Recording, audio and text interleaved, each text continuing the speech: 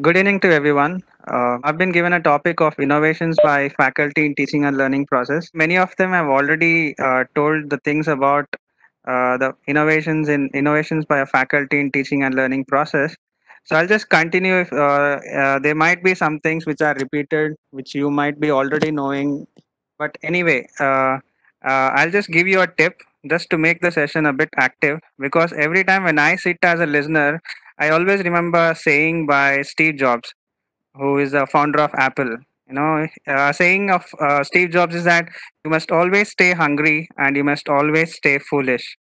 It is actually linked to each other because you'll always enjoy the taste of a food when you're hungry, no matter what type of food or where it has been cooked or who has cooked it. It will be very tasty when you're hungry. The same thing goes when you're listening. When you're listening, always think that you are a fool. Sorry to say that, but you must assume yourself as a fool because when you are a fool, I can fill up the things thinking that you don't know anything. So there might be some topics which are coming up repeated, but do not worry. Just assume that you do not know anything so that I can fill up the contents, whatever I have in my slides. So the first and foremost thing is that we need to have some innovations being a faculty, doing the teaching and making the students to learn. So any contributions to teaching and learning are the activities that contribute to the improvement of student learning. The things are not same whether you compare it to the education system or the technological world, the industrial world. The things are not same everywhere because everywhere the competitiveness have been increased, and in order to get a job also it has been really a difficult task for nowadays students. And even for getting higher education abroad in different countries and all, it has become very difficult nowadays because the education system of our country does not align with many of the countries abroad.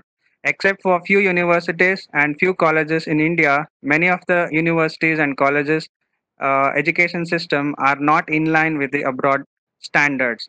So it is important that we raise our standards also to a higher level because of this heavy competition nowadays.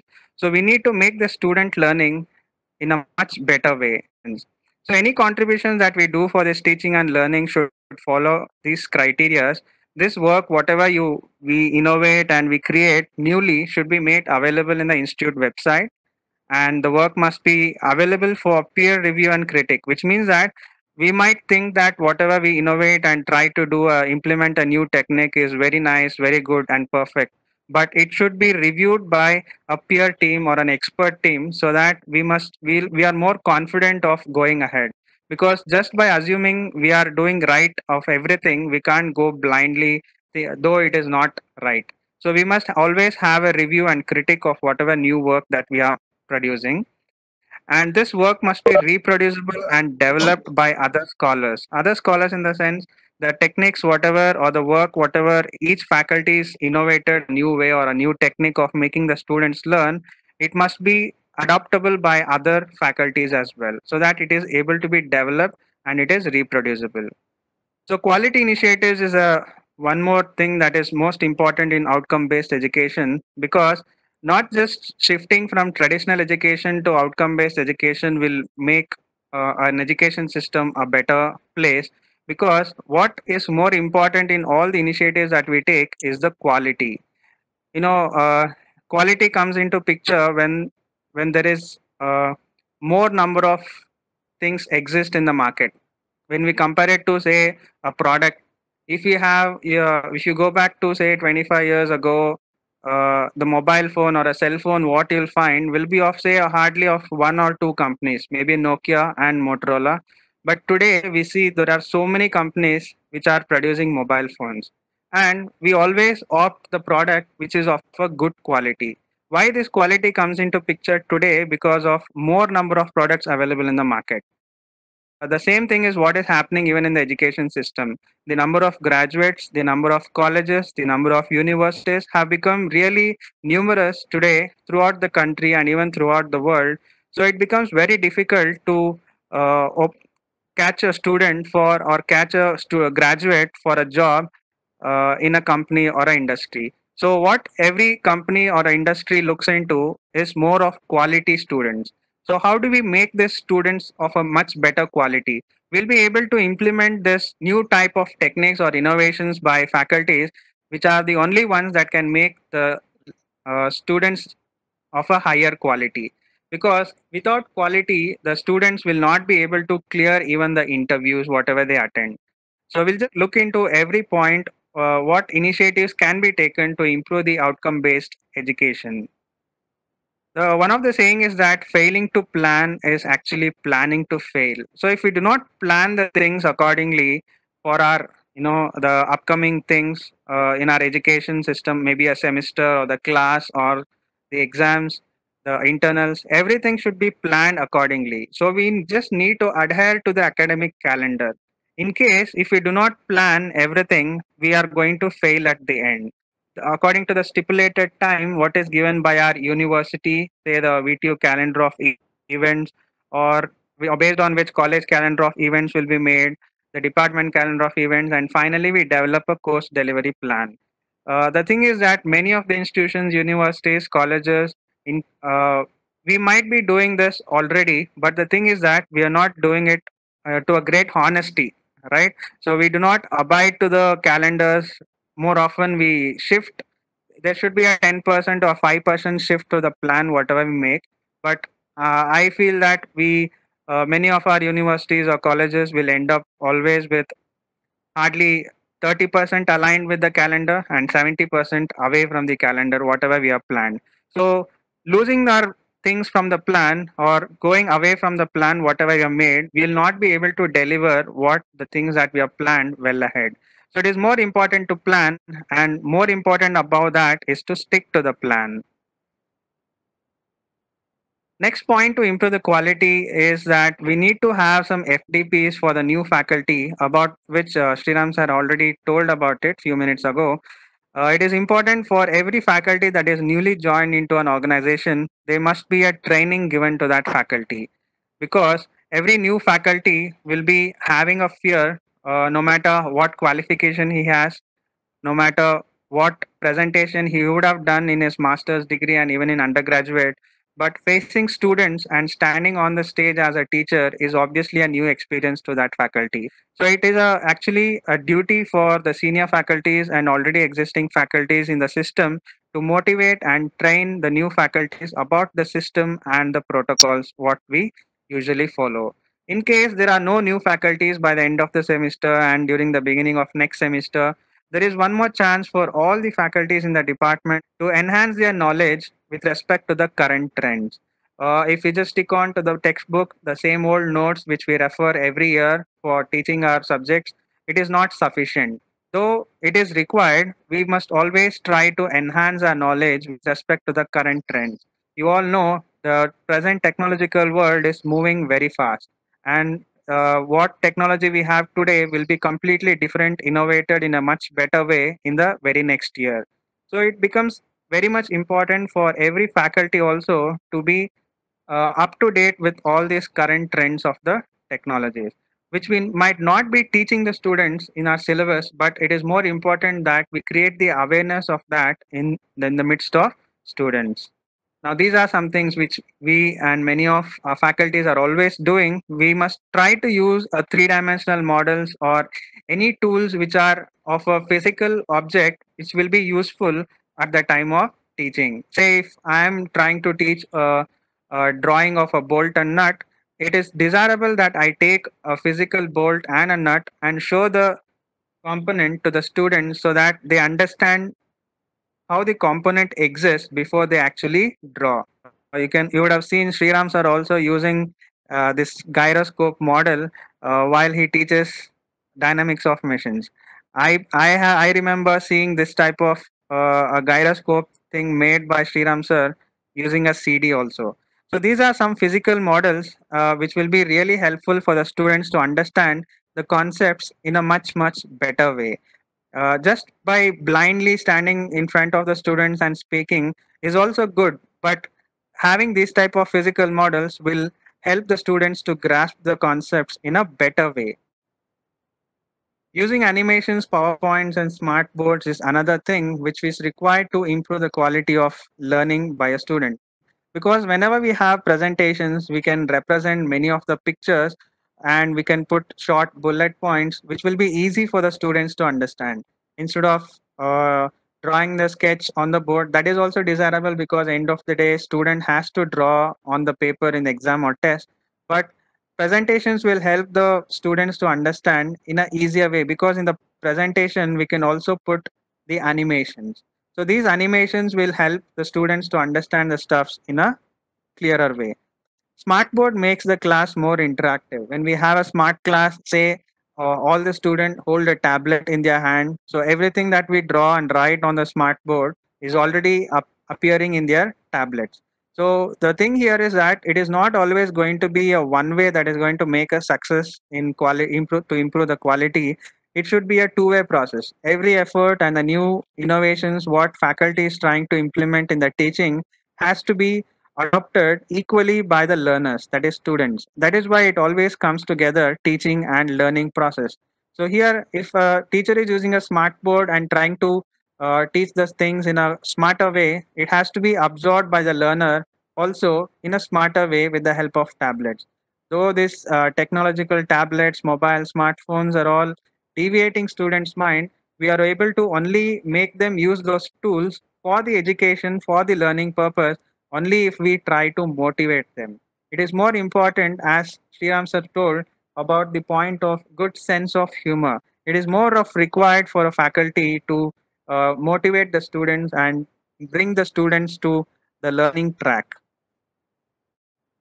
So pictures, animations will be easily recorded in the student's mind, as I already mentioned. So to project all these pictures, animations, and presentations, it is required that the organization, the universities must also provide all these resources. A faculty cannot buy a smart board and come to the classroom. Obviously, it is all some things which are provided by the organization.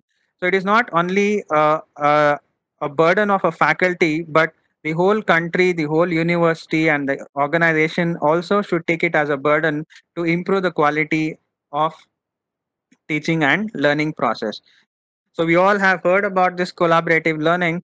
Collaborative learning will make the students to learn in groups, so that we form a group where say a bright student and a weak student will be there in a particular single team, and the weak student will obviously try to adopt and learn many things from the bright student. We can't assess every student will be of the same mindset and of the same IQ level. There are students of different IQ levels. So when you put them in one single team, they collaborate, they discuss, they share the ideas, and there will be brainstorm happening not just for the bright student but also for the weak student. So it is a very good practice what we can implement to improve the quality in the student's perspective. So it just reforms the students to be active agents in the construction of knowledge. If we are teaching being faculties and students being listeners all the time, right from the beginning to the end of the semester, it becomes again a one way. Let us give chance to the students as well so that they become the active agents in construction of their own knowledge. So this activity will be a wonderful platform for students to be their own active agents of learning. Project based learning is another concept which is really a useful technique using which the students will be able to implement whatever the theoretical concept they have learned into practice. It is not that the project has to be made only in the final year. It is a good practice if they start making these projects in every semester, targeting at least two or three in a relative subject and make a project related to that particular subject or a topic. Because you might have seen nowadays in schools also, right from the primary schools, they give projects to the kids. So why they give projects to the kids? Because when they try to make a project by taking the contents from the textbook, the students will be able to do it. So when they do it, they will learn and understand the concepts in a far much better way than by just listening. So in a set of learners, you will have different kinds of learners. Some will learn by visual, some will learn by reading, some will learn by hearing, and some will learn by doing. These are four types of learners which we usually find. So we must make way for all the different type of learners in a single classroom, so that they are able to utilize their own technique which is useful for their brain to understand the concept. So this project based learning will make them to learn by doing the stuff. Activity based learning is also similar to project based.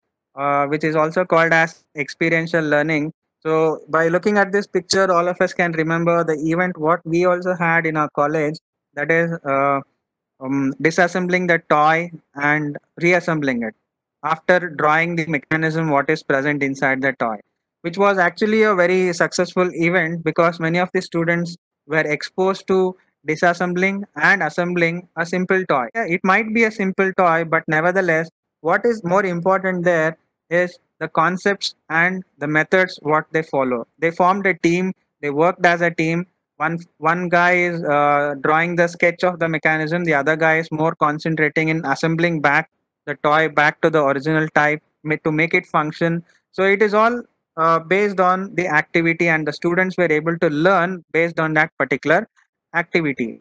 So all such types of events can be organized by a department so that the students will be able to learn based on the activity what they are doing.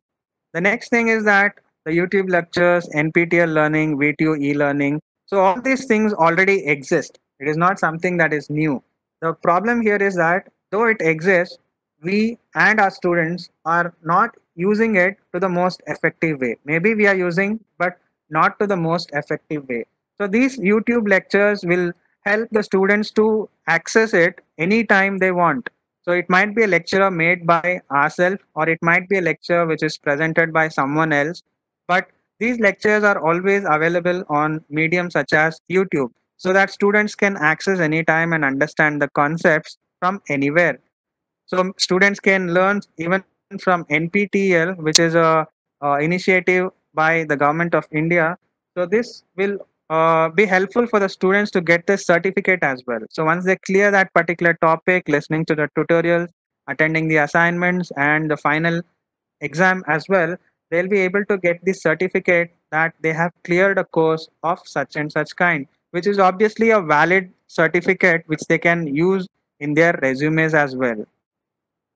So making students to learn from online tutorials and notes which are available in the VTU e-learning website as well will be helpful to improve their learning process.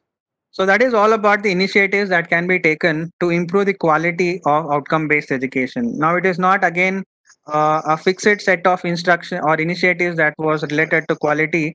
These were just some of the initiatives what could be taken and what we might have already taken, but we must concentrate more on it so that we improve the quality of the learning in the student's perspective.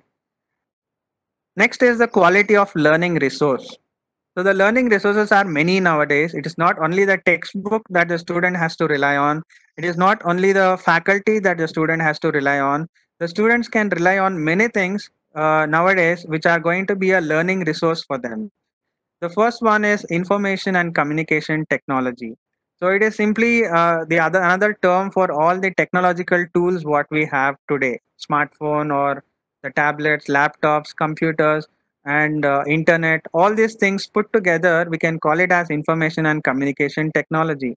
So this when this ICT is integrated with education in the traditional education system, what was purely from the faculty, a teacher and a student, and a textbook. These were the only elements for a student to learn from. Either he learns from a faculty or he learns from the textbook. But today it is not of that kind. We have many other tools and resources which are going to be useful for a student to learn for himself. One of it is the ICT. So this ICT will empower the learning process of a student, and it is going to allow effective collaboration and all other things. It creates a network for them. It is going to allow easy sharing of resources. If they have any material or any notes or any concept of doubts which is being cleared in the form of a video, all these things can be shared via this internet and this computer and smartphones. So this ICT, when it is used in education effectively, it is going to bring a great impact to the overall learning of the students. As I mentioned, the online classes, YouTube videos, the Google Classroom, what we are using now is actually related to ICT, because Google Classroom is present in internet. It is in online, but still we are able to connect to the students sitting at our home, and students being at their home, they're able to listen to or follow our instructions through this Google Classroom. So we are able to give online quizzes through this Google Classroom. Again, all these things comes under ICT. So why to follow this only during this lockdown situation? If this is continued even during our regular semester, when students come back to the college, if we have a continuous touch with the students by sharing the materials or by giving them quizzes or tests through this ICT technology, it will be really a much more better way of making the students to learn the concepts in our particular subjects. So, giving technical talks, motivational talks, ethical talks by the experts, either from a industry or from academia. So, this is again something which we are already doing it. But what we need to focus more on during this time is how much quality, what quality is the technical talk delivered at, what quality is the motivational talk delivered, at what quality is the ethical talks delivered by the experts. It has to be measured and assessed. If not, the talk will happen, but if there is no effect from the learner side or the student side, then it is of no use of conducting the talk. So having such talks which are of in an effective manner and of a good quality, it is going to enhance the students knowledge about the current job market, about the technological innovation in industry and research. So all such talks will actually uh, improve the knowledge of the students irrespective of the syllabus what they actually have. So having talks on the motivation will make them uh, more interested towards learning. All that need to be done for the student to motivate is to make them curious about the technologies and the things that they are studying. All the question that the student has today, you ask any student, 99% of the student will have the question of why they are learning all these things in their syllabus. They'll not have an answer for this question. They will not be knowing for what purpose they are learning, and they'll not be knowing what is the use of learning it. This is a major problem what the students are facing in today's world, and it is a responsibility for us being faculty to make them know why they are learning what they are learning, and we are responsible to make them more curious about what they are learning. They must be eager to know what is the next topic, and they must be eager to know what they are going to learn next. All these things will come into picture in a student's mind only when we motivate them. So, very effective motivational talks itself will bring a great changeover in the learning process of the students. So, other learning resources will be like MATLAB, Simulink, analysis softwares, modeling softwares. We use this only when it is related to the syllabus. Being teachers, say in computer and machine drawing, we use the modeling software. So, not just over there, even in other concepts, when say a gear train has to be explained in kinematics, or say any design of gears has to be taught in design subject, or any heat transfer process or thermodynamic concepts to be explained, all those things can be visually made as a model using the modeling software. So this modeling software can be used as a learning resource to prepare the models. So in same way, MATLAB linkage, this linkage is something related to kinematics, and even it can be used for dynamics where the links can be made by ourselves. It is a software using which we can develop the links and linkages and mechanisms, and using which we can create the animations for that mechanism that is being created by us. So there's one more link which I've given here. This was suggested to me by Sriram sir, and like this, there are many other links which are available online, using which we'll be able to calculate. This link will give the more circle by giving certain inputs over that particular website. So in the same manner, there are many other websites also which will directly give us the value of that particular thing what we are trying to solve in a problem.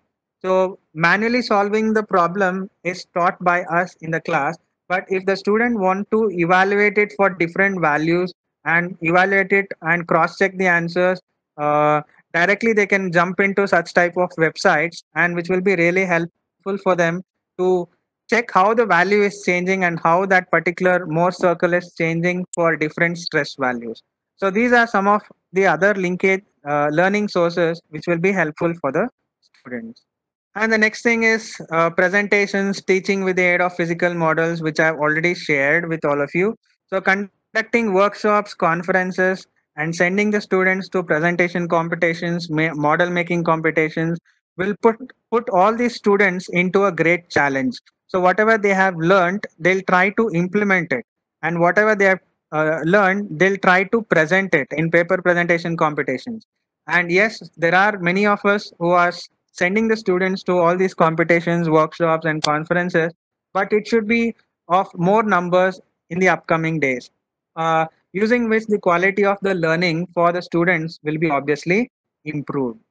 And after all these initiatives and after all these learning resources provided for the students, if you do not assess how they are and to what extent they have improved in their learning process, it is all a waste of whatever the initiative and the learning resource what is provided to the students. So the most important part that is to be taken into consideration is the assessment. We need to assess the students in what way the student has been improved by conducting, say, collaborative learning, or by conducting workshops, or by conducting the technical motivational talks. We need to assess what is the change that has happened in that particular student. If there is no change happened in that particular student, remember the talks or whatever the events that were done, activities that were done, it is of no use. So it is important that we assess it. There are some quality assessment methods that can be used in order to assess the student. Either self evaluation by asking the student to evaluate himself, by giving him unit tests or topic seminars so that he presents whatever he learned. Maybe we could assess him by listening to him how well he has understood the concepts.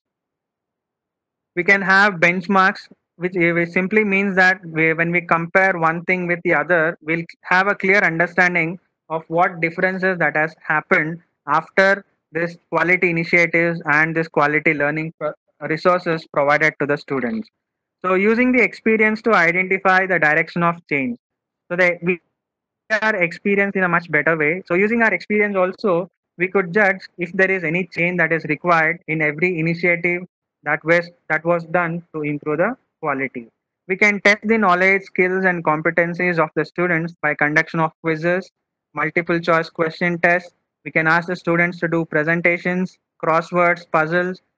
These are some of the techniques which can be used to assess how far the student has learned from the activities that are conducted, like collaborative learning, project based, and experiential learning.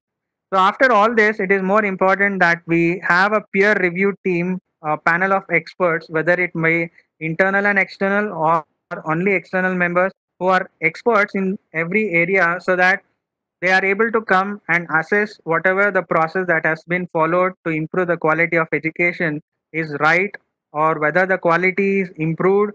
All these things has to be assessed by a panel of experts. It has to be reviewed by a panel of experts. Only then we will be able to judge that whether we have come ahead from what we were before, or we are whether we are staying back in the same old place even after conducting all these activities and initiatives. So it is important that we review it with the help of a peer team. Note this is the most important thing, that is, any initiative that we take to improve the quality of education, it is more important that every initiative that we take should be assessed. Because just by having an initiation, just like, say, for example, we have started or conducted a workshop, a hands-on workshop. Okay, the 2 days workshop is over. All the students have learned from the workshop. Now, if we do not assess what the student has learned because of that initiative, if the assessment is not done, we'll not be able to judge whether the quality of learning has improved or whether the quality of learning still lags behind. So any initiative that is done has to be assessed. Assessment is equally important. And once it is assessed, we must have a direct link of the assessment to the learning outcomes. So we have seen all the outcomes explained by many other colleagues of mine. Sandeep sir has explained, Vinayak sir has explained, even Sriram sir has explained, Mahesh Mudol has explained about program outcomes, learning outcomes, course outcomes. So this any initiative that is taken to improve the quality of education should be directly related or linked to the outcomes what we are expected to get out of the whole education that we are providing to the students. So initiative taken should be assessed, and this assessment done should be directly linked to the outcomes of the learner, because all that we are doing here, every activity and the new teaching learning process that are adopted must support the learners in their progress. Our purpose of doing this initiative, our purpose of doing this assessment, our purpose of making all the activities happen in our organization, workshop, conferences, it is all only for the support of learners in their progress. They have to progress by using all these initiatives and activities and by using this new teaching and learning process. Or else, whatever the things that we have done here will be of no use. The last topic that comes here is provision of question bank. So question banks, giving the question banks to the students is in some way advantageous and in some way it is disadvantageous. Practically, it all depends on in what way we have prepared the question bank. Question bank in the sense it is not giving 10 questions out of 2 chapters. That is not the thing what is called as question bank. Question bank simply means that all the set of questions that can be given from a particular module or from particular subject, we frame all the questions and put together, we call that one as a question bank. So what are the uses of this question bank? We can use the question bank for pre-testing, development, review and revision of a lesson. So if the student has the question bank, he'll be able to revise himself or he will be able to pre-test himself. By using those questions, you'll be able to answer that questions without giving the test from our side. So he can pre-test himself how much he has learned of that particular subject. So when question banks are established in colleges, students can use them for self-evaluation. That's what I meant in the very first point itself. So the third point is that it is going to make the students understand how the questions will be framed in IA or examination. So uh, this is something which is very common as a student's perspective. Believe it or not, even I have had that experiences when I was a student. Though I know the answer for that particular question, I'll not be knowing that is a question for which this is the answer. Which means that I was not knowing what type of question would appear for this particular answer, which is actually a very bad uh, thing which had happened in my life. And I'm sure every student might also be facing such type of difficulties. So it is always a benefit for the student when he has a question bank and when he sees how the questions can be framed, he'll be more clear of that particular question and the related answer. So it is going to make the students to understand how the questions might be framed in IA or examination. So having the question bank, students can have an idea about the repeatability and the important questions related to the previous question papers. So as of now, in our education system and in our university, we see that many of the questions keep repeating. It is not new type or any new innovated question appears in the question paper. So it is going to be beneficial for the student to see which questions keeps on repeating in the question papers when we provide the question banks to them. So these are advantages of question bank, and the disadvantages of question bank happens only when we reduce the number of questions that we give in the question bank. Remember, when we give a question bank, we must make sure that every topic, everything that is there in the module or in the subject is actually covered in that question bank. We must not even miss even a single type of topic or type of question that might be appearing in the exam. Every question has to be covered. 100% of this subject should be produced in the form of a question in the question bank. Only then the question bank will have the weightage. Suppose there are, say, 20 questions that are to be framed in a module, and we give, say, 15 questions as question bank. There are 5 questions which are missed, and obviously the students will assume that these 5 questions are not important, which is again it is going to lead them in a wrong way. So it is important for us to note that when we prepare a question bank and give it to the students, we must make sure that all the topics are covered from the module and from that particular subject. That is all about question banks. And that completes my presentation. I hope all of you have got the point what I was intended to convey. If anyone has any questions, you're free to ask. Thank you.